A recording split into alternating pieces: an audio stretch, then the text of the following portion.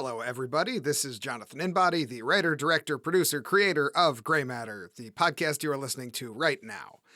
First of all, happy Halloween. I hope you guys are all getting your spooks out.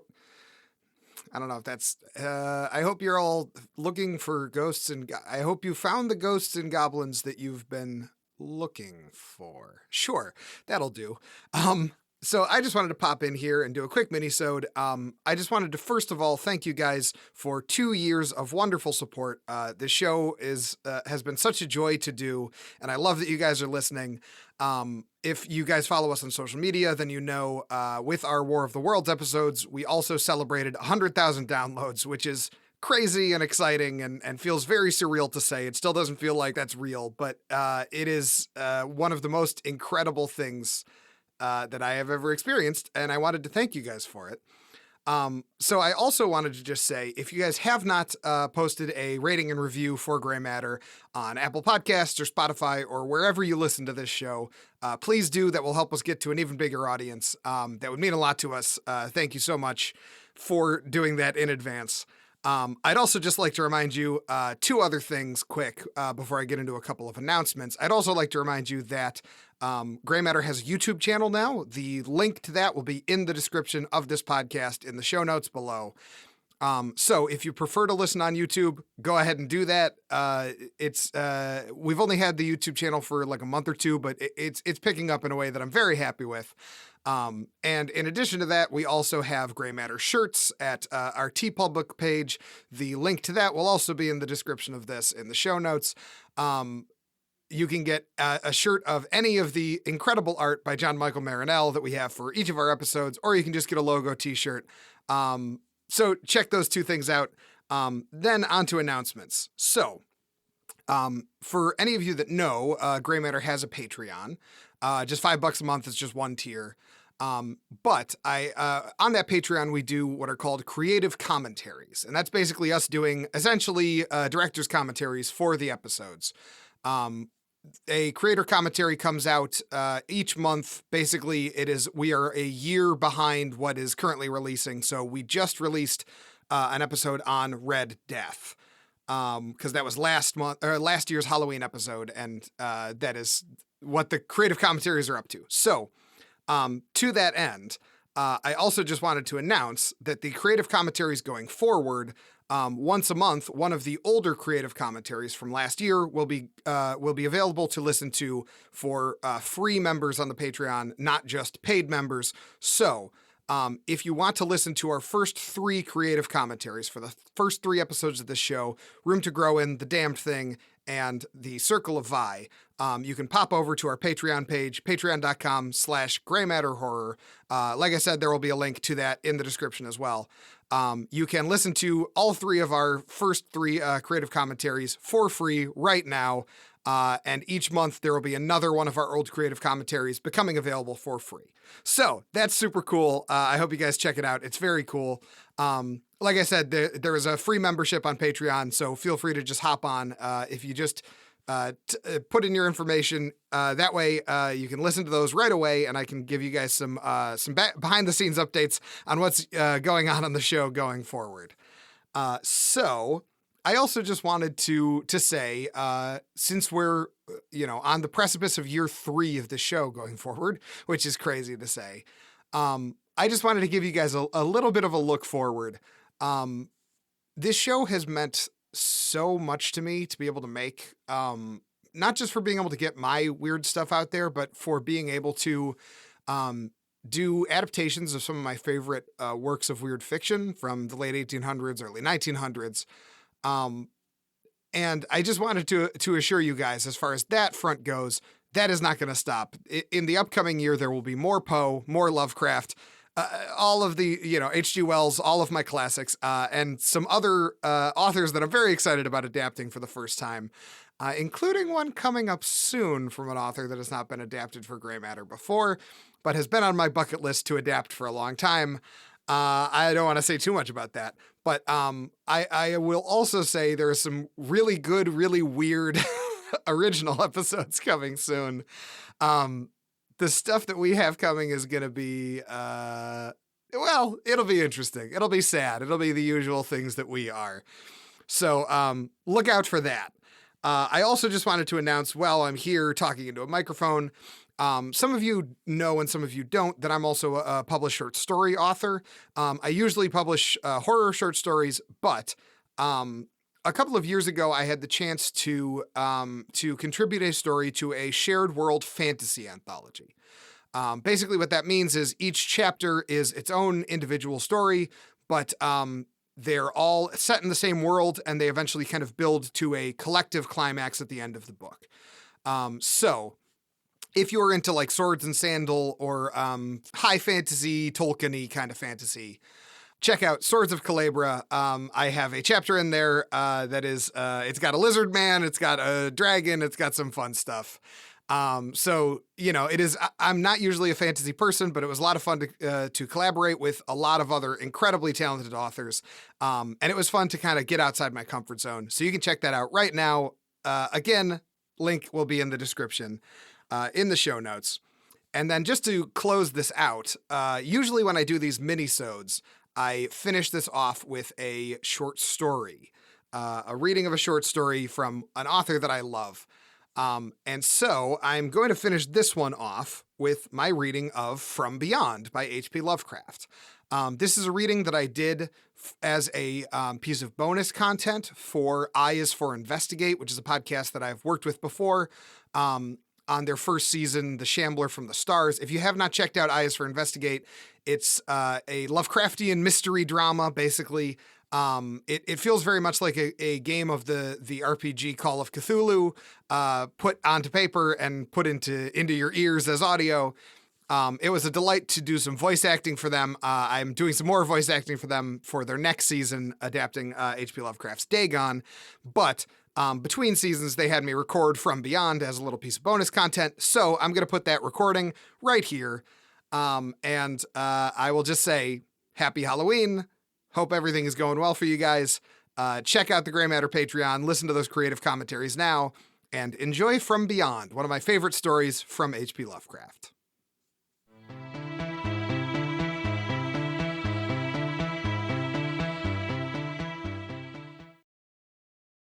From Beyond by H.P. Lovecraft. Horrible beyond conception was the change which had taken place in my best friend, Crawford Tillinghast. I had not seen him since that day, 2 months and a half before, when he had told me toward what goal his physical and metaphysical researches were leading, when he had answered my awed and almost frightened remonstrances by driving me from his laboratory and his house in a burst of fanatical rage. I had known that he now remained mostly shut in the attic laboratory with that accursed electrical machine, eating little and excluding even the servants, but I had not thought that a brief period of 10 weeks could so alter and disfigure any human creature.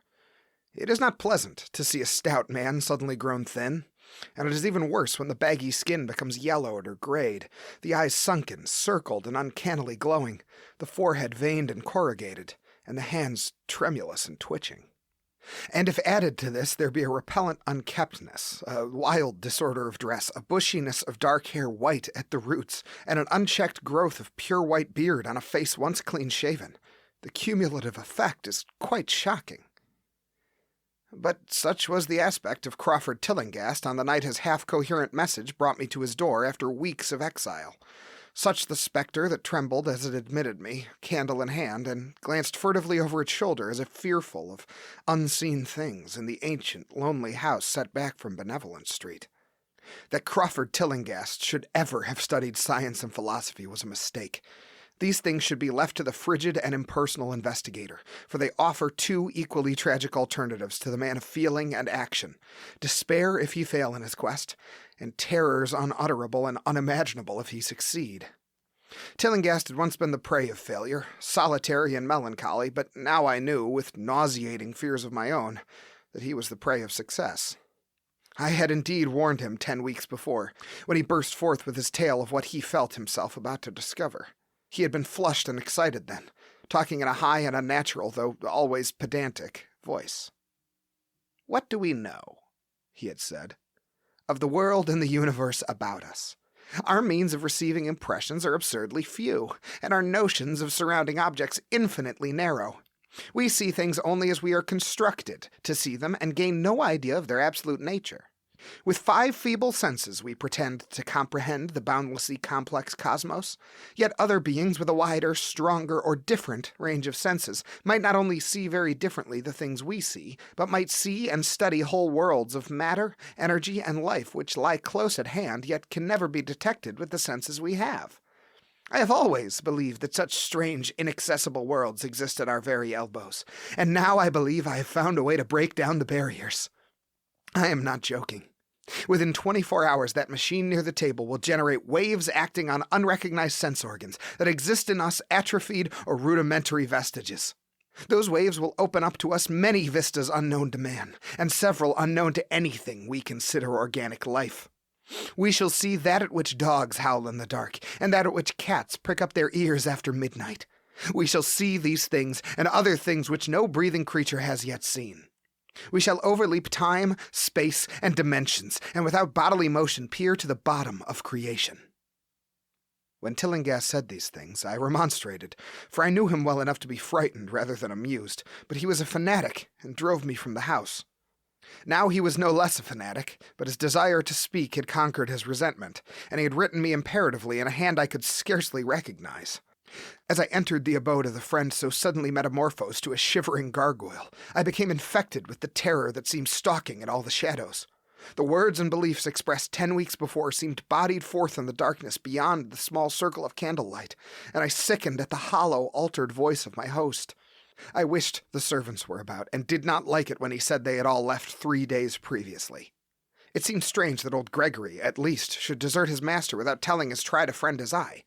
It was he who had given me all the information I had of Tillinghast after I was repulsed in rage. Yet soon I subordinated my fears to my growing curiosity and fascination. Just what Crawford Tillinghast now wished of me I could only guess, but that he had some stupendous secret or discovery to impart I could not doubt. Before I had protested at his unnatural pryings into the unthinkable. Now that he had evidently succeeded to some degree, I almost shared his spirit, terrible though the cost of victory appeared. Up through the dark emptiness of the house, I followed the bobbing candle in the hand of this shaking parody on man. The electricity seemed to be turned off, and when I asked my guide, he said it was for a definite reason. It would be too much. I would not dare, he continued to mutter. I especially noted his new habit of muttering, for it was not like him to talk to himself. We entered the laboratory in the attic, and I observed that detestable electrical machine, glowing with a sickly, sinister violet luminosity. It was connected with a powerful chemical battery, but seemed to be receiving no current, for I recalled in its experimental stage that it had puttered and purred when in action. In reply to my question, Tillinghast mumbled that this permanent glow was not electrical in any sense I could understand. He now seated me near the machine, so that it was on my right, and turned a switch somewhere below the crowning cluster of glass bulbs. The usual sputtering began, turned to a whine, and terminated in a drone so soft as to suggest a return to silence. Meanwhile, the luminosity increased, waned again, then assumed a pale outre color or blend of colors, which I could neither place nor describe. Tillinghast had been watching me, and noted my puzzled expression. "Do you know what that is?" he whispered. "That is ultraviolet." He chuckled oddly at my surprise. "You thought ultraviolet was invisible, and so it is, but you can see that and many other invisible things now. Listen to me. The waves from that thing are waking 1,000 sleeping senses in us, senses which we inherit from aeons of evolution from the state of detached electrons to the state of organic humanity. I have seen truth, and I intend to show it to you. Do you wonder how it will seem? I will tell you." Here, Tillinghast seated himself directly opposite me, blowing out his candle and staring hideously into my eyes. "Your existing sense organs, ears first, I think, will pick up many of the impressions, for they are closely connected with the dominant organs. Then there will be others. You have heard of the pineal gland? I laugh at the shallow endocrinologist, fellow dupe and fellow parvenu of the Freudian. That gland is the great sense organ of organs. I have found out. It is like sight in the end, and transmits visual pictures to the brain. If you are normal, that is the way you ought to get most of it. I mean, most of the evidence from beyond." I looked about the immense attic room with the sloping south wall, dimly lit by rays which the everyday eye cannot see. The far corners were all shadows, and the whole place took on a hazy unreality which obscured its nature and invited the imagination to symbolism and phantasm. During the interval that Tillinghast was silent, I fancied myself in some vast and incredible temple of long-dead gods, some vague edifice of innumerable black stone columns reaching up from the floor of damp slabs to a cloudy height beyond the range of my vision. The picture was very vivid for a while, but gradually gave way to a more horrible conception, that of utter, absolute solitude in infinite, sightless, soundless space. There seemed to be a void, and nothing more, and I felt a childish fear which prompted me to draw from my hip pocket the revolver I always carried after dark since the night I was held up in East Providence. Then, from the farthermost regions of remoteness, the sound softly glided into existence.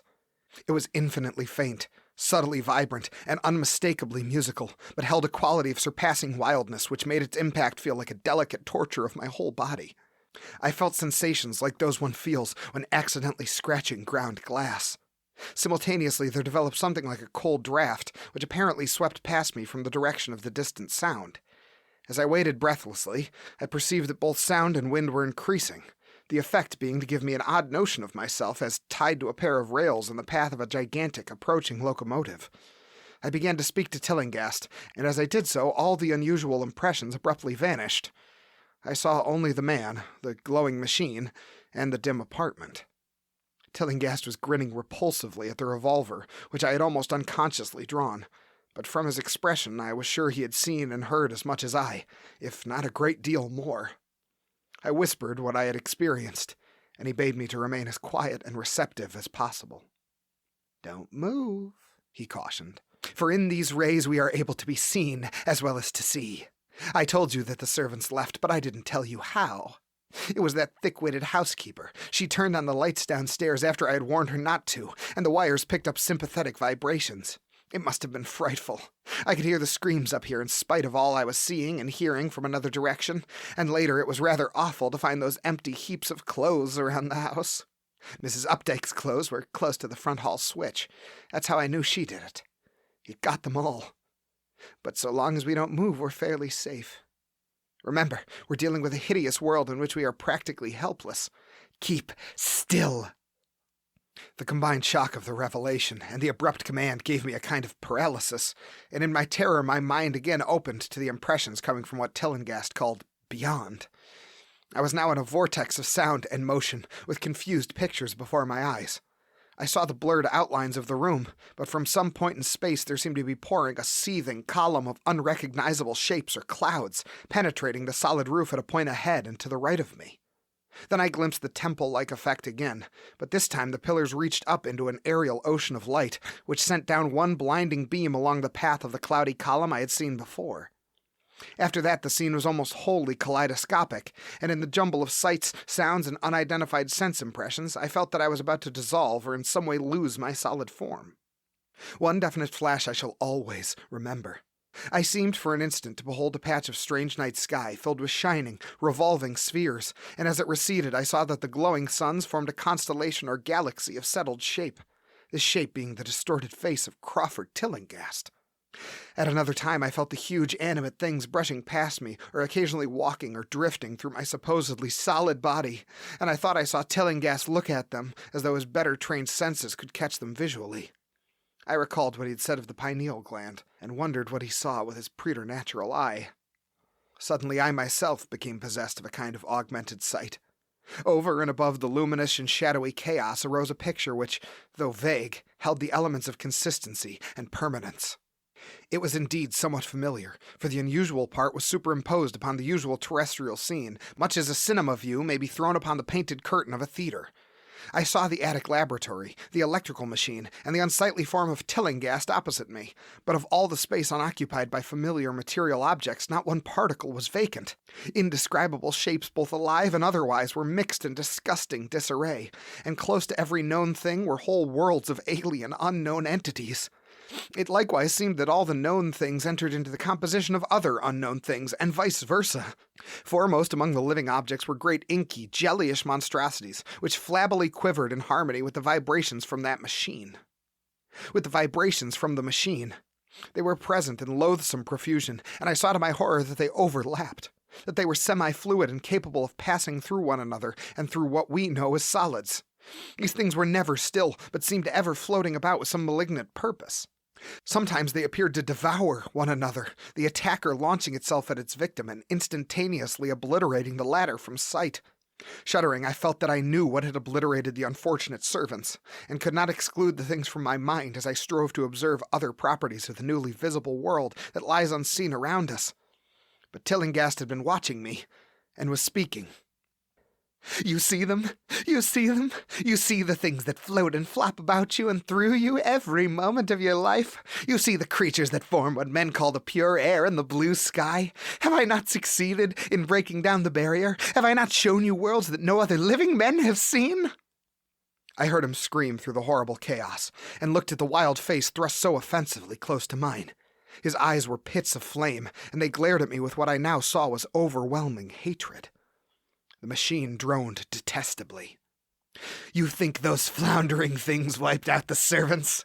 Fool, they are harmless, but the servants are gone, aren't they? You tried to stop me. You discouraged me when I needed every drop of encouragement I could get. You were afraid of the cosmic truth, you damned coward. But now I've got you.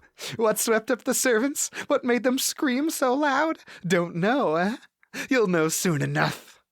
Look at me. Listen to what I say. Do you suppose there are really any such things as time and magnitude? Do you fancy there are such things as form or matter? I tell you, I've struck depths that your little brain can't picture.